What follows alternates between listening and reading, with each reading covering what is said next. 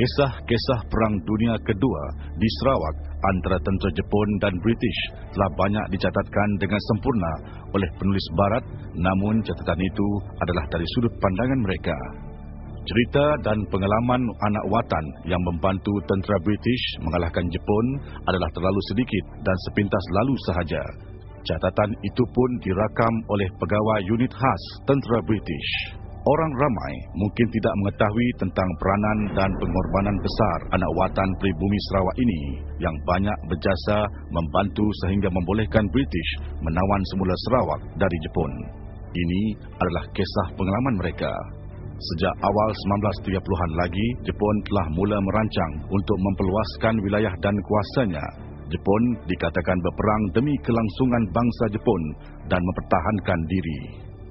Bagi mencapai matlamat ini, Jepun telah menjadikan telaga minyak di Miri, Syria, Balikpapan dan Tarakan sebagai sasaran utama untuk ditawan sebagai strategi perluasan kuasa negara matahari terbit itu.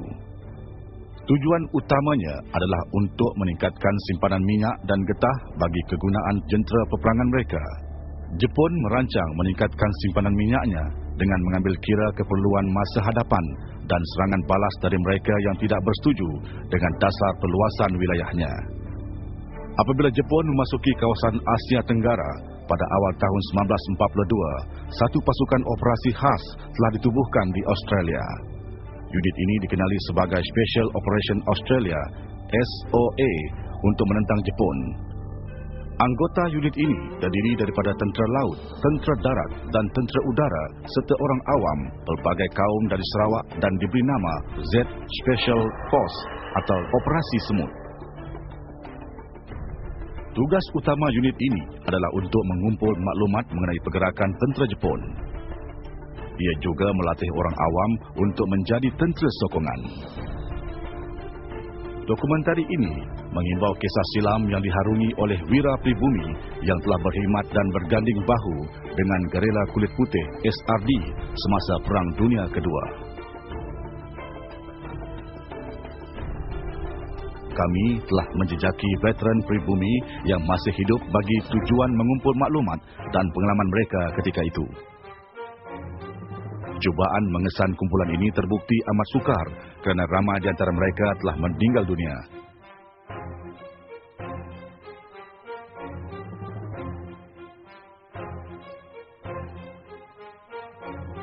Hanya 4 orang dari puluhan nama yang disenaraikan di Bario masih hidup. Kami telah berjaya menemu bual penghulu Ngimat Ayu dan ketua kampung Bala Tuuh. Seorang lagi sedang uzur, yang seorang lagi dilaporkan telah berpindah ke tempat lain dan sudah agak nyanyuk. Semua ini bermula apabila pasukan Operasi Semut diturunkan dengan payung terjun di Bario pada 25 Mac 1945. Semut 1 adalah parti terbesar dalam operasi ini dengan ibu pejabatnya di Belawit, Kalimantan Timur. Kawasannya merangkumi Long Bawan di bahagian selatan Malinau, berampiran Tarakan di sebelah timur dan Sabah di sebelah utara. Semut 1 diketuai oleh Major Tom Harrison. Lelako Imat berusia dalam 80-an dari Lawas menceritakan peristiwa askar jatuh dari langit. Payung saya tengok atas tinggi. Sampai tengah-tengah baru payung dia terbuka pecah. Penghulu Ngimat Ayu dari Pak Main yang terletak kira-kira 2 jam berjalan kaki dari Bario menceritakan tentang bagaimana orang kampung telah diberitahu untuk pergi ke Bario. Mereka telah dimaklumkan tentang kehadiran tentera Jepun. Tom Harrison memberitahu mereka.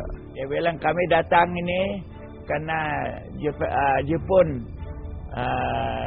ada di kawasan kita di Batang Baram ini. Penghulu Ngimat Ayu menyatakan bahawa mereka tiada kaitan dengan pihak Jepun di Bario. Kami tidak tahu di mana tempat dia.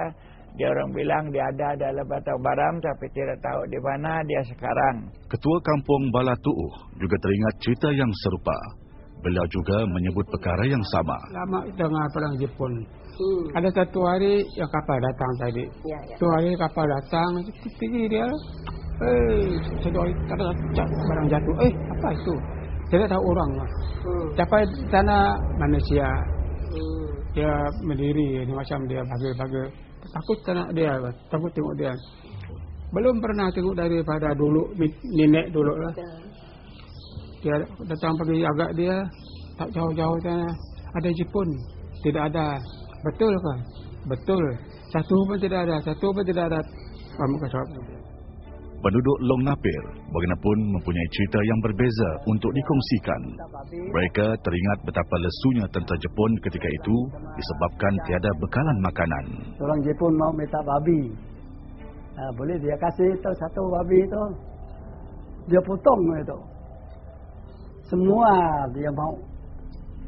Hisap itu dia punya darah. Makan itu daging itu mata.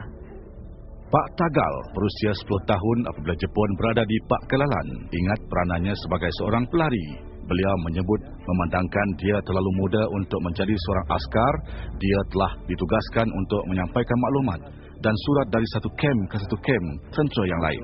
Ke Indonesia dan dari kem 1 pergi kem 1, dari Bario bawa surat lagi ke Los Madu. Begitulah. Pak Tagal juga masih ingat tentang cerita yang didengarnya mengenai tentera Jepun yang menembak mati orang di Buduk Nur di Bakalan. Bila orang Jepun sampai sini malam, dia tengok sana ada api. Dia nampak itu api. Baru orang Jepun tu pasang dia punya mesin gun senapang dari sini tembak sana. Orang itu pun keluar. Tapi dia sudah kena itu senapang. Dia keluar dari itu sulap padi. Tidak jauh daripada itu dia matilah. Semut Dua beribu pejabat di kubu lama di Long Akah Baram. Kawasan tumpuan mereka adalah di sepanjang Sungai Tutuh dan Sungai Baram. Unit ini diketuai oleh Major Toby Carter.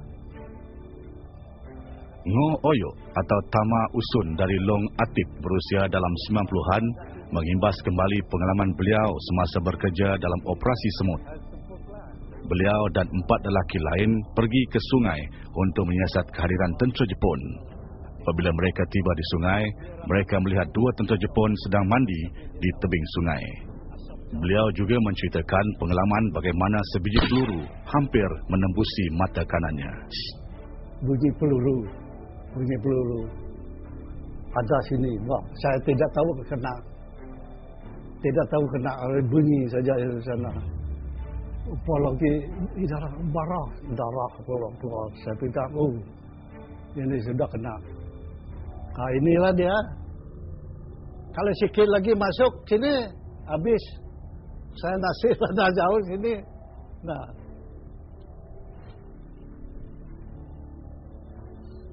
Pencarian berterusan kami dalam operasi Semut 2 membawa kami ke Marudi. Marudi adalah sebuah bandar kecil yang terletak di pendalaman Sungai Baram di utara Sarawak. Jaraknya lebih kurang 65 km dari Bandar Miri. Di sini, kami berjaya merakam pengalaman 3 orang individu. Abdul Manan Muhammad Zain Galau, berumur 86. Suhaili bin Nasir, 87 tahun. Kedua-duanya dari kampung Padang Kerbau Marudi dan Putit Maknor berusia 102 tahun dari kampung seberang Marudi. Dalam perkongsian beliau mengenai pengalamannya semasa Perang Dunia Kedua, Abdul Manan Muhammad Zain Galau menyatakan, banyak masih ingat saya. Dalam masa Jepun tahun 45.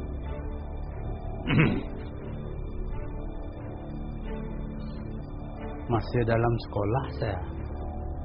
Bila gagal oleh Jepun, terpaksa ikutlah orang putih. Saya dulu suka benar saya main senapang. Apabila ditanya apa yang dia lakukan semasa perang tersebut, beliau berkata, apa aja ada mas saya. Suruhnya ambil macam-macam apa nak disuruhnya ambil. Jelas si ambil lah. Tinggal bapak bego. Bila masa ni bertembak, ikut je bertembak. Rupa-rupanya penglibatannya dalam perang adalah kerana bapanya. Tinggal bapak dulu. bapaknya kerja di pejabat daerah. Bapak rapih gila dengan sidak. Jadi nilai bapak dulu madah tok tempat. Jadi sidak pergi sial lah. Ada 20-30 orang. Dua daripada nama tentera Eropah yang disebutkan adalah Major Carter dan Major Harrison. Masa orang pakai perahu Jepun masuk perahu suka ngikut lah. Kerja orang putih, tapi orang putih saya ada perahu. Terpaksa ngikut Jepun.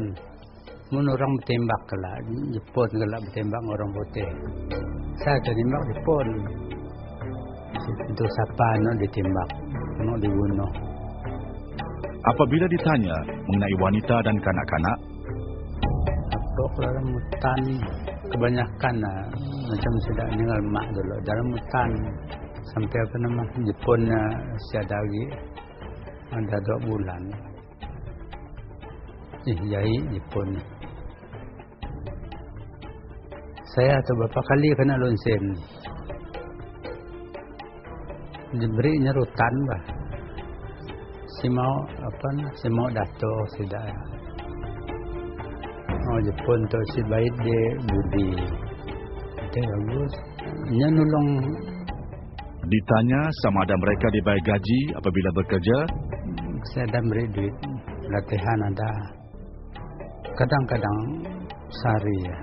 Habis hari petang lain dah jalan. Dari cerita beliau, Abdul Manan adalah seorang remaja ketika peperangan berlaku. Beliau terperangkap dalam kemelut perang seperti orang lain. Tujuan utama beliau pada masa itu adalah untuk terus hidup.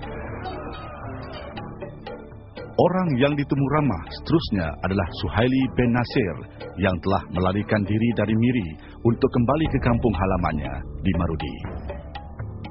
Dia telah pergi ke Batu Pelah di kawasan Baram selama sebulan sebelum kembali ke Marudi. Tahu kami tentang pencerobohan Jepun pada 1940-an. Tentang pencerobohan Jepun pada 1940-an. Tahun 1940.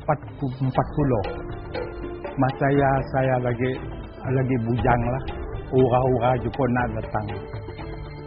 Pada akhir tahun 1941, Jepun telah datang ke Miri. Dalam tahun 1945, masa saya dulu ditinggal lari lagi masih.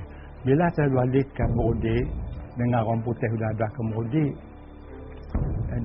Bila datang ke Marudi ada berjumpa dengan Major Carter. Madah kami baru datang daripada dulu tinggal lari di kepung di Jepun.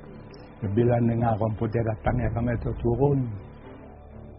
Beliau menyatakan bahawa tentera orang putih sudah berada di Marudi dengan berpakaian seragam mereka dan tinggal di kubu.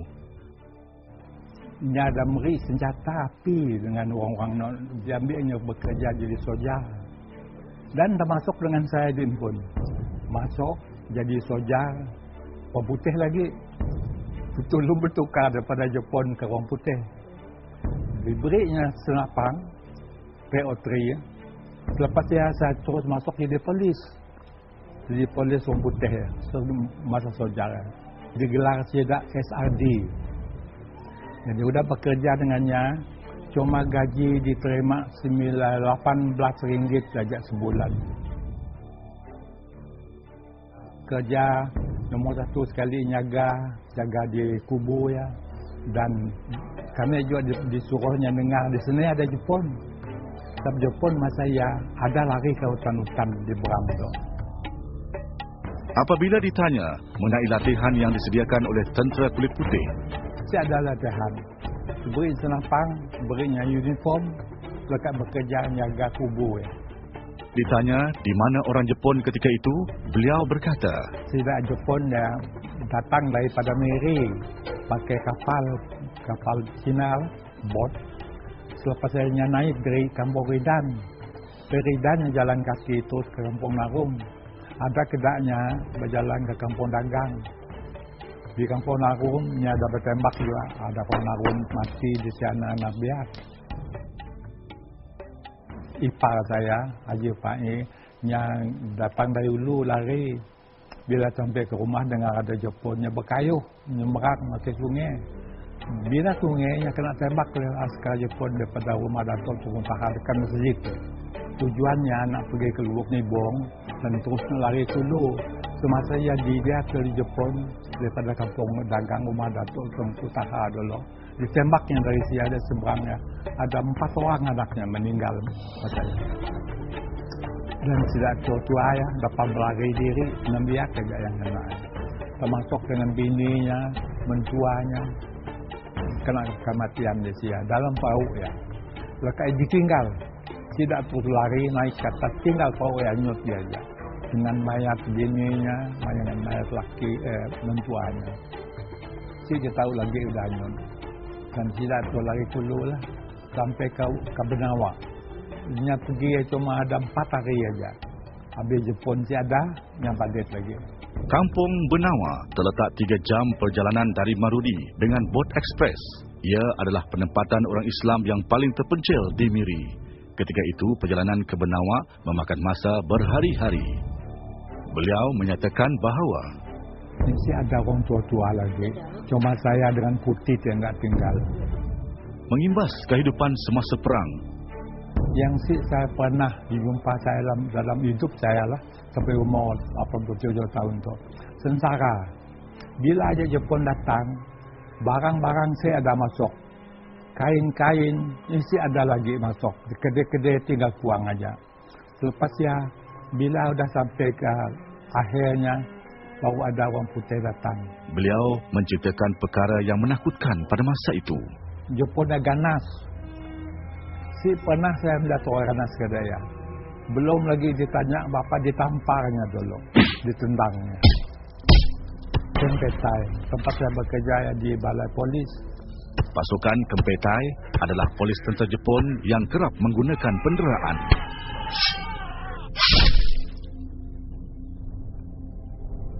Udah masa orang putih ya si ada malah kedaya dengan halus manis. Dibayarnya gaji, sungguh pun tak besar. Ada resen diberinya masa soja orang putih. Dan sidak ya ni si ada kasar kedaya lah. Jadi sebab ialah saya lihat penduduk di situ lah, sebudi nyukong orang putih. Jadi masa habis Jepun, orang putih datang. Bila sampai ke situ, nyanunggah orang kampung, maknya beri ceramah di kubu di kubu lama lah. Banyaklah orang kami juga yang ada askar orang putih ada datang, apa-apa kesusahan kita orang madah lah dengan tidak. Jadi kami rasa lah Jepun dengan orang putih berbezanya jauh sekali. Masa Jepun kita bertakutan dengan askar. Masa orang putih hendak kami polahnya macam kawan. Tidak pun baik berceramah-ceramah ngelakar dengan kita dan beri apa-apa pendapatnya, ngajar-ngajar. Masa Jepun datang situ, masa ya 3 buah sekolah aja di Mudi itu. Sekolah Chonghua diduduk oleh orang Cina, penuntut orang Cina. Good Shepherd di orang-orang Ulu. Datuk Seramet ya orang-orang Melayu. Berbeza dengan masa tu 74 buah sekolah rendah. Ada 6 buah sekolah menengah. Putit bin Matnor, alias Abu Bakar, berusia 102 tahun, masih ingat dengan jelas tentang pentempuran di Ridan.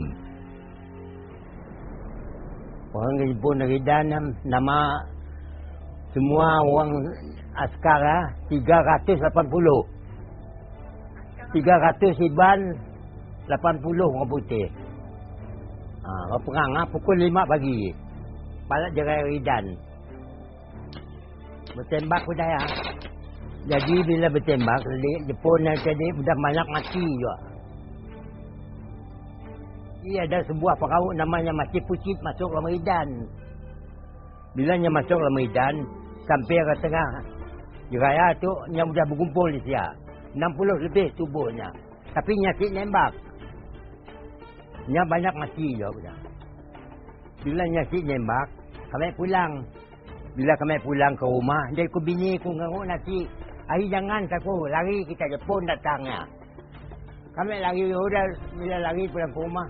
Mentua aku sakit perempuannya. Sikutku. Udah adanya di Lantin Datuk Tunggu Taha ya Jepunnya. Mbak mesin gun. Udah kami lari ke rumah saya, baunya nembak. Dia berkayuh, pakai perahu. Sampai Kuala Singgah. Upah ada merah-merah di dia. Upahnya orang putih sudah ada di dia. Gambaran serupa juga disebut oleh Suhaili apabila dia menceritakan bagaimana abang iparnya terbunuh. Warna merah yang disebutkan adalah darah askar Jepun yang telah dibunuh oleh askar kulit putih dan pejuang tempatan. Dia ada orang kita Melayu, seorang Wandol namanya. Kali kurang lebih sebulan lah kami lari pergi Singgah non. Singgah dekat sudah mahunya dan muang surat dah Jepun dah selendar sudah. Dia selendar pulang sampai itu. Bekerja dengan British. British sudah megang negeri itu sudah. Yang sudah kalah sudah. Kami dua orang ngap Melayu. Seorang orang Kenyat. Ilun Tingang orang Kenyat. Orang Longsan. Kepala soja tu tuan meja kata. Kami tiada mati, Jepun banyak mati. Askar Jepun tersebut dibunuh oleh pejuang Iban.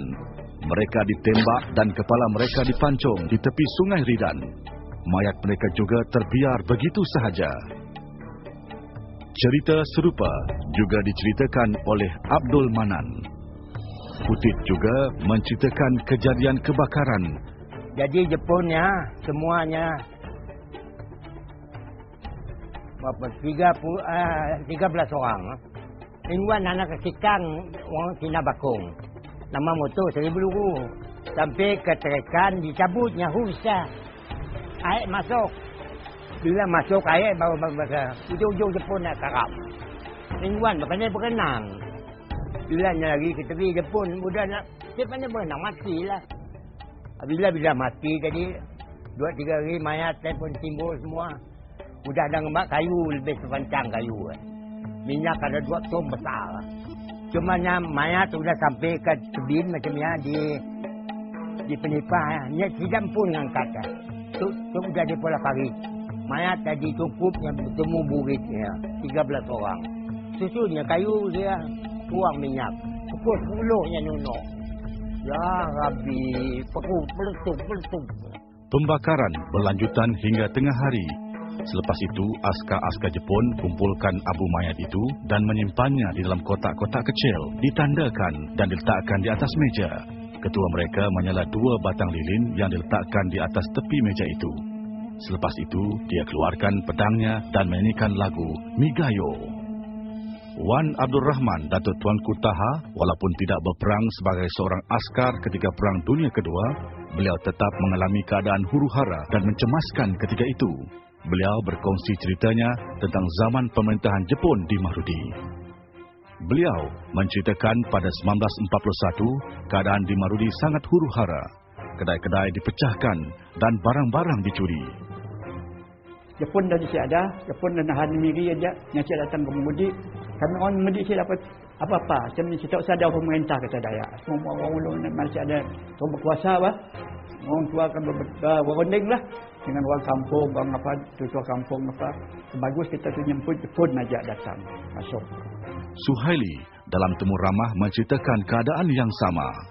Dia datang ke Mahrudi itu sebab dijemput oleh Datuk Tuanku Taha. Wan Abdul Rahman memberitahu kami bagaimana Jepun telah dijemput. Jadi ialah suruh orang 3 orang pengulu, ada orang dengannya sama-sama pergi ke Bakum, dari Bakum jalan kaki pergi ke Miri. Berunding dengan Jepun Cina minta masuk. Beliau menceritakan mengenai operasi semut di Bario. Bagaimana mereka menghantar maklumat risikan menggunakan kotak mancis kepada bapaknya, Tuanku Taha. Kata orang ada orang putih di Bario. Segalanya semut. Semut ya memulanya datang. Yang memula tu nya konek dengan bom abah, yang ngirum 3 macis. Macis keras macis keras pakai soja. Dalamnya ada not. Tulis surat, tulis yang Ingmirah. Tulis Ingmirah. Ini kah tulisnya macam tidak ada situ, ada berapa orang putih apa tu siap. Kita jamak maulah gorila. Beliau berkongsi cerita mengenai pergerakan operasi ini dari Bario hingga ke Long Lama. Sudah lama-lamanya terusnya turun pergi Long Mato. Dalam pada waktu Jepun dia ada dia turunnya pergi Long Akah. Makin turun ke bawah tu nya. Sudah lama-lama turun sampai ke Long Lama. Sudah Long Lama ya. Yang beri nasihat orang, jangan seorang suruh petuk, suruh mupuk-mupuk lari, dan jangan terkejut bila lari, minah-minah diri dia pun. Jadi macam ni ke dekat dia, Jepun sudah tahu. Kali datang mempunyai bom, cinta mampu dia, Jepun tujuh mati. Jadi orang sini non Dayak saya, dia pancungnya kepala, sebelahnya perut, dia regangnya tangan, tidak tujuh, dingkar dia perahu, dia anyut dia perahu. Ke Jepun pun lari, orang putih masih diam siap. Sudah ulama-ulama dicek ada Jepun datang. Putit juga menceritakan tentang peristiwa yang sama. Tu gambar tu lah tuan DC tuan hadirnya tu di sikit officer. Tu gambar saya. Tu Datuk Jen Kalau. Semut Tiga beroperasi dari ulu Sungai Rejang di bahagian selatan Sarawak dan ke hilir hingga ke Kapit, di mana ibu pejabatnya ditubuhkan. Major Sokon adalah pegawai operasi Semut Tiga ini. Pemberi maklumat kami yang pertama dari kawasan Song dan Kapit, Gindi Anak Timbun, mengatakan bahawa beliau berumur dalam belasan tahun masa perang tersebut. Cerita yang disampaikan adalah dari bapanya. Bapanya menyatakan datuknya Menggong telah dibunuh oleh askar Jepun. Pada masa itu seramai 5 orang telah dibunuh oleh askar Jepun. Ya ketemu kau dito Menggong sebab akhir kaminya ngau siapa ugul punya bangau siapa sih kau dak saya bigau nya temu empat mau ke siko nak temu ke siko kau bawang nama bawa orang nama makut. Dia juga menceritakan bagaimana penduduk dari Song telah mengepung askar Jepun ke hilir Sungai Rejang hingga Kenawit dan Sibu. Mereka menggunakan 30 buah perahu dengan 5 orang dalam setiap perahu. Dia menyatakan pada mulanya kaum Iban berpihak kepada askar Jepun. Ayo sebab selalu dipun, namin yang tahu selalu dipun punya. Bukan. Banyak tai orang putih tai ngau tai nyelai makanya. Pusian kena ngalih punya dia. Dia menerangkan pada ketika itu orang Jepun telah menjadikan keadaan kehidupan begitu sukar kepada penduduk tempatan. Begitu juga bagi mereka yang telah bekerja dengan tentera Jepun kerana peraturan tentera Jepun sangat ketat. Orang Jepun menyatakan kepada penduduk tempatan bahawa mereka adalah pemerintah kerana orang British sudah ditewaskan. Mereka cuba meyakinkan penduduk tempatan bahawa keadaan akan bertambah baik jika orang Jepun yang memerintah. Semasa pemerintahan Jepun, kehidupan penduduk tempatan menjadi lebih sukar kerana kekurangan makanan. Berkayuh sampai silekin. Makanya pengambil sudah Jepun. Ngambil muluang apa uyak dia. Mula kenangan darau kan. Matu darau. Kian sakit punya, sakit kumaju punya. Ngau ngambil muluang meringak nama saya ke dempa apa bala melanau dia ni ngambil muluang punya. Mereka kekurangan bekalan makanan kerana aktiviti penanaman mereka telah terbantut kerana peperangan tersebut. Dia menyatakan pertempuran biasanya berlaku pada waktu siang dan bukan pada waktu malam. Ditanya tentang senjata, dia menyatakan ada senapang tapi tidak begitu banyak. Malah ada juga senapang lama yang diberi oleh pihak British yang dipanggil senapang rujak. Dia merujuk kepada kami bagaimana senapang itu diguna sebelum tembakan dapat dilakukan. Pemberi maklumat seterusnya adalah milik anak Engkulau dari Nganga Selibat di Song yang berusia kira-kira 90 tahun. Dia ditemu ramah di rumah Sylvester Panau, Nganga Terisau, Song. Saya ingat lepas sebuah kumpul ngau, berperang ngau di pun, dengan berang sampai selujung. Tidak dibuang, tidak apa aku coba. Jenat, bintiang, mana dia ngau, ngau di pun cobanya. Sejen mah. Mau timbak dia coba. Perlu juga coba. Nya maunya. Perlu juga. Tibanya gitu lain. Ngari kura putih ya. Sejen mah coba mayanya. Putih ya tanya coba sejen bari. Ya tujuan kepada pesenai. Itu aja. Melek sebelum itu pernah bekerja dengan orang Jepun. Kekinian aku bisa mula itu sebanyak kami agak jembatan desuang tu coba. Semua agak kami jembatan. Nyunaknya tadi melban ada Jepun nyuangan sangat coba. Adanya coba garamnya nadai sebagainya tidak yang pun kena tadi lebih ya tadi sadat ya kebekepit berpalo. Yang pedih hati ya cobanya yang mamiknya coba. Udah yang numpaknya, nyak baru datang sejen barinya coba. Ini jadi perang orangnya. Apabila bekalan garam dan beras berkurangan dan sukar didapati, sesetengah orang mula merompak kedai-kedai runcit untuk mendapatkannya. Kumpulan tersebut diketuai oleh penghulu masam dari Ketibas Song. Sarjan Berry datang selepas kejadian rompakan tersebut. Itulah titik tolak peperangan ketika itu. Sarjan Berry merupakan satu-satunya askar kulit putih yang ada pada masa itu di kawasan ini. Adanya tidak yang layan sebenarnya, adanya Jepun nimak tidak yang layan dia. Nah, kibasnya. Jepun nimak orang putih. Nimak bulan merah putih ngoiban namanya sama-sama. Puluh macam coba. Kau ada depan perahu bukan masa jual nimak Jepun dia coba. Katanya pada masa itu, orang Iban hanya bersenjatakan lembing dan parang. Senapang yang mereka dapati kemudiannya adalah dari askar Jepun yang dibunuh. Banyak orang putih ngebuang dia coba. Kami beranteknya dulunya. Yang buang soang coba. Tiga buang nak menutup coba. Ya daik tu aja. Bukan aku mira. Daik kita tu aja. Semua tidak coba. Dia nak bergoyangnya coba. Dua tidak. Tidak ya dulu tiga. Nanga dua. Kena tangkuah makanya. Kena bujak.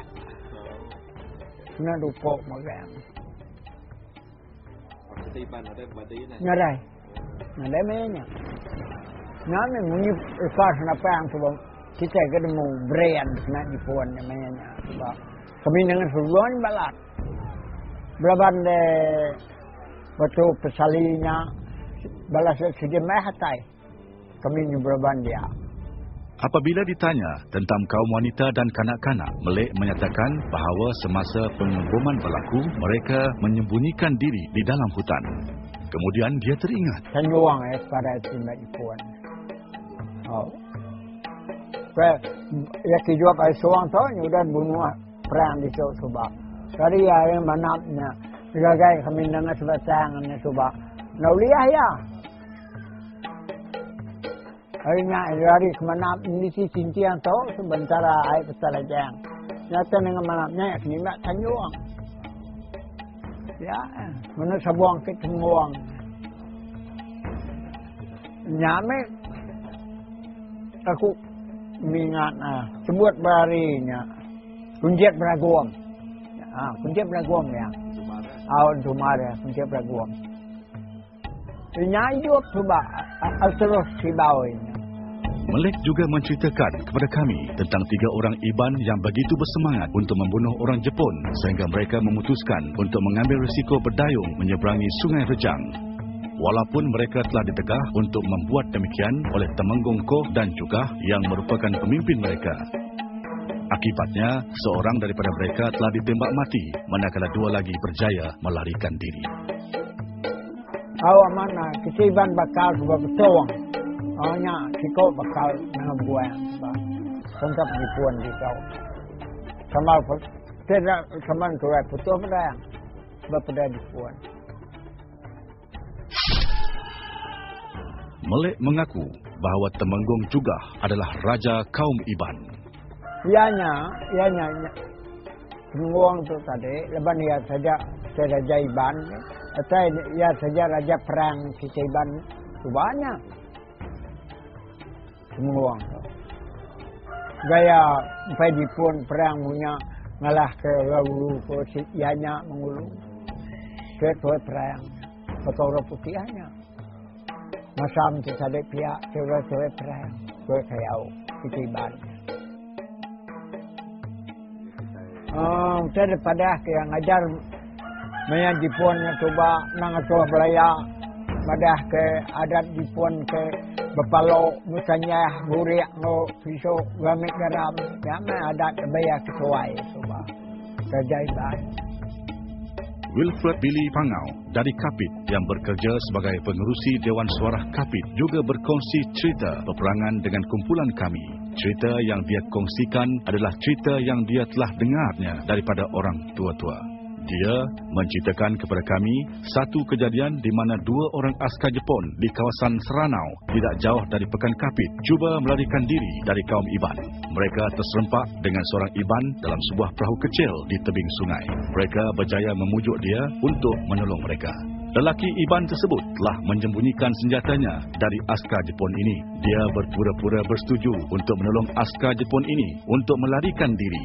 Dia memberitahu askar-askar itu bahawa perahunya terlalu kecil dan dia hanya boleh membawa seorang sahaja pada suatu masa.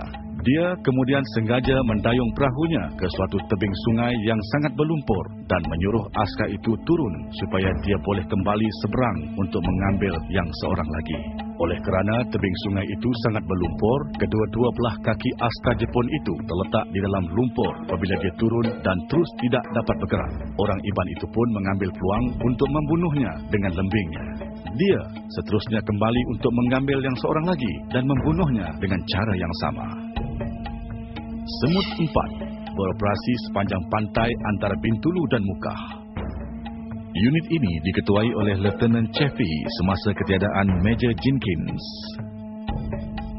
Semut 4 ditubuh pada bulan Ogos 1945. Mereka ditugaskan untuk mempertahankan kawasan pantai Tanjung Sirik di Sibu sehingga Miri. Mereka juga diarahkan untuk memerhatikan gerakan pasukan Jepun yang telah berundur daripada selatan.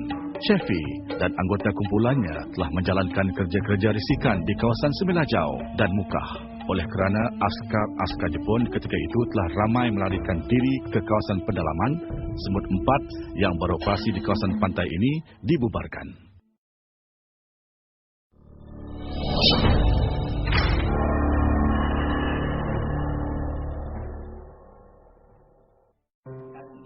Encik Jepri Bujang Masli, pemangku ketua pegawai eksekutif Pustaka Negeri Sarawak, memulakan bicaranya dengan memberikan objektif utama projek Wira Tidak Didendang ini. In this project, the Unsung Heroes, Voices of the Sarawakian Guerrillas of Z Special Unit, is actually an effort for us to document the involvement of local fighters during the Japanese occupation, because the existing documentation, especially books and articles written, mainly covering the involvements of Europeans and the Westerners. So these people who are mainly from the villages and longhouses in Sarawak, if there is no effort to document and record this, then people will not know there are actually a lot more local guerrillas, which they call Z Special Unit. I think the subgroups of these guerrillas were called Semut 1, 2, 3 and so on. Beliau seterusnya menyatakan bagaimana projek ini dapat mencapai 4 matlamat Pustaka Negeri Sarawak. The 4 pillars are, the first one is teaching, the second one is integration, the third one is application, and of course the fourth one is knowledge discovery. These pillars is being identified for project like this to make sure that whatever we come up with has a value in terms of teaching. There is a possibility of integrating with other efforts like tourism and others, and of course applications. How do we apply this the product of this research? in our everyday life or in future research and so on. Of course, knowledge discovery in terms of future discovery and of course the existing discovery of the research team. Beliau mengakhiri dengan berkongsi tentang fungsi Pustaka Negeri Sarawak.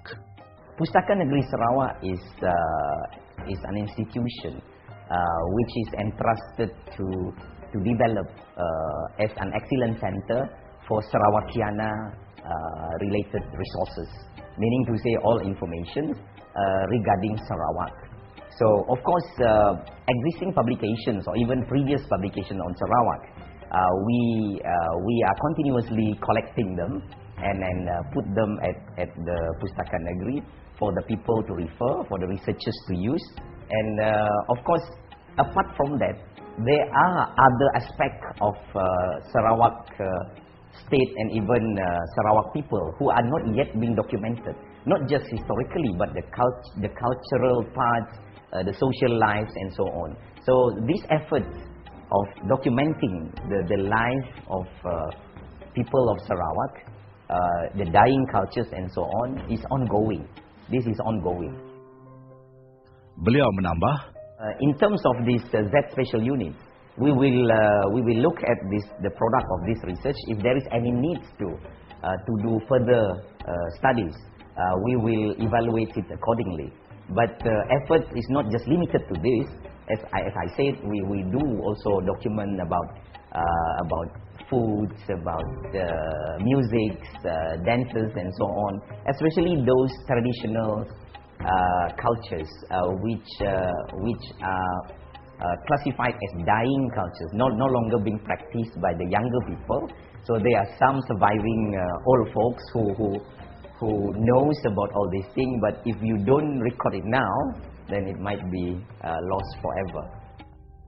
Kami berjaya menemui individu dari pelbagai peringkat umur dan merakamkan pandangan mereka tentang kesan Perang Dunia Kedua. Kami juga bertanya bagaimana mereka mengetahui mengenai perang yang bermula dalam tahun 1941 itu. Josephine Ling Laing, 17 tahun, adalah pelajar sekolah menengah di Miri. Apa yang saya tahu pasal Perang Dunia Kedua adalah kedatangan Jepun ke Malaysia dan menjajah negara luar juga. Perang Dunia Kedua juga berlaku di Miri, di mana kapal Jepun mendarat di Tanjung dan membuat camp di Sarawak, di Miri terutamanya. Salah satu mangsanya adalah Datuk Seri Miri, di mana mereka kerana kesan tersebut dia melarikan diri ke kawasan Baram, Bakung terutamanya, dan membuka tanah di sana. Kehidupan mereka sangat mencabar dan dia juga terpaksa hidup tanpa beras dan mereka makan ubi kayu. Seterusnya ialah Lilian Baun Pulo, 28 tahun, dari Long Makaba dan kini bertugas di Pustaka Miri. Regarding World War II, I know less information or little information about it until I being asked by my supervisor to assist the researcher in gather the information about the World War II, which is the Operation Semut. And for sure I want to get more information about this since this is our heritage and I want to read more about it. Sofina Tan, 39 tahun, bekerja di Pustaka Miri dan berasal dari Kuching.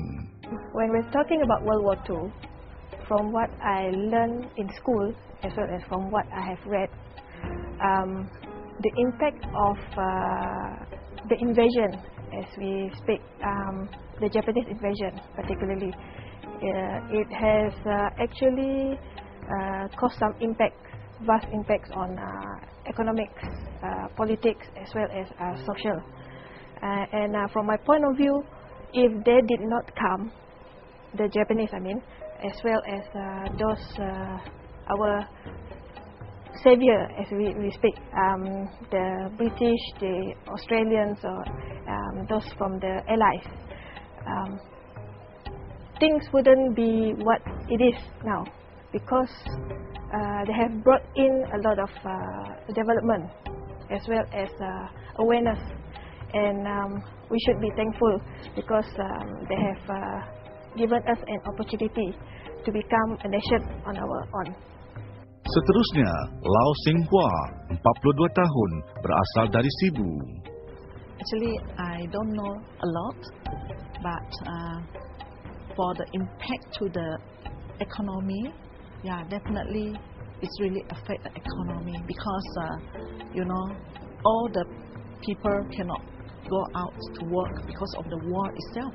Besides economy, I think the worst thing is to the people. The people have to live. They are really suffering because of it. Yeah, and then they don't have enough food. They have to run to find a safe place for them to hide. And then I think a lot of, especially women, will be, is affected due to this war. Orang terakhir yang ditemu ramah ialah Alice Urut dan Maui Taib dari Curtin University. In my view, the political impact of the Second World War was that it has ended the British dominance of their power in Malaya and also in Borneo at that point of time. And when the Japanese came, there was a challenge to the authority. They are not the sole authority anymore. And the other impact that came about as a consequence of the World War among the locals was that it gave rise to nationalism, and a few group of nationalist movement have come about. Among others were the communists, and there were also various other political groups that came off, which consequently resulted in the independence of Malaya. And this spread to Borneo as well. If I remember my history correctly, the Cobalt Commission was set up to negotiate the formation of Malaysia. My uncles, my father, my grandmother told us about the Japanese occupation in World War II. Like they don't have enough food, they don't have clothes, they have to survive on jungle produce. The hardship during the Japanese occupation also makes people become more creative. World War II has made us realize we are also able to manage ourselves. We should not be too dependent on the British. Young people are not like really aware of our independence and takes our country's sovereignty lightly. Ketua pasukan pengkaji berkongsi pengalaman, kebimbangan dan cabaran sewaktu menyiapkan projek ini. We started the project on the unsung native heroes in June 2012. While doing the project, I learned a lot about, or I would say I learned more about the history of Sarawak. I learned a lot more about the natives who have helped in the war. I would like to share the challenges that we went through while doing this project, while searching for the people and while trying to get to the places that we have identified where these people are. It was quite, I would say, a challenge because the journey to the places are quite far. Yeah. For example, when we want to go to Long Nape or Bakalalan, the drives was quite long. We had to stop our journey because it was raining heavily and the road was slippery. But of course, we reached our destination safely. That's just one of the challenges. But then when we meet the people, my concern was that how much do they still remember, or how much would they add on, or how much of it really happened then. We don't know, the group don't know. But later on, when we analyze the data and we look at the interview, and we found that a lot of the story told by them actually stated also in the document written by the Western writer and also a few of the local writers. I hope that we have created or we can create awareness among the youngsters, especially about the sacrifice of the elders during the World War, and hopefully they don't take what we have today lightly, because our ancestors and way back in during World War II, they have done a lot to ensure the safety of our country. Before I end, on behalf of my team, I would like to express our utmost gratitude to those who have helped us during this project.